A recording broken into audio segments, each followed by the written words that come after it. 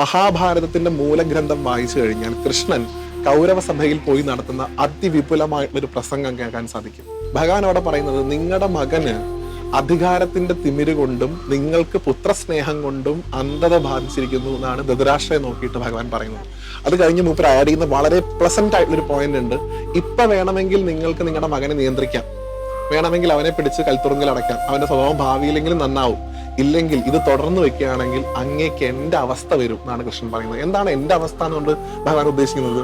ധർമ്മത്തിന് വേണ്ടി സ്വന്തം അമ്മാവനെ വധിക്കേണ്ടി വന്നവനാണ് ഞാൻ എന്നാണ് അവിടെ പറയുന്നത്. അതായത് എനിക്കറിയാം എന്റെ അമ്മയുടെ ചേട്ടനാണ്, അദ്ദേഹത്തെ എനിക്ക് കൊല്ലേണ്ടി വന്നു. എന്തിന്? ധർമ്മം പുനഃസ്ഥാപിക്കാൻ വേണ്ടിയിട്ട്. അതുകൊണ്ട് ഇപ്പോഴെങ്കിലും നിയന്ത്രിച്ചാൽ അങ്ങേക്ക് എന്റെ അവസ്ഥ വരില്ല എന്ന് പറയുന്ന ഒരു കൃഷ്ണനെ നമുക്ക് എവിടെ കാണാൻ പറ്റും? മഹാഭാരതത്തിൽ കാണാം. ഈ കൃഷ്ണൻ നമ്മൾ എവിടെയും പ്രസന്റ് ചെയ്യില്ല, ഈ കൃഷ്ണൻ നമ്മൾ എവിടെയും പോർട്രേറ്റ് ചെയ്യില്ല. നമ്മൾ ഈ പറയുന്ന ഈ സോ കോൾഡ് ട്രിക്കുകൾ ഉപയോഗിച്ച് പാണ്ഡവരെ ഹെൽപ്പ് ചെയ്തു എന്ന് പറയുന്ന കൃഷ്ണനെ മാത്രമേ നമ്മൾ പറയുള്ളൂ. ഭഗവാനാണ് ഏറ്റവും കൂടുതൽ യുദ്ധം ഒഴിവാക്കാൻ ശ്രമിച്ചിട്ടുള്ള വ്യക്തി.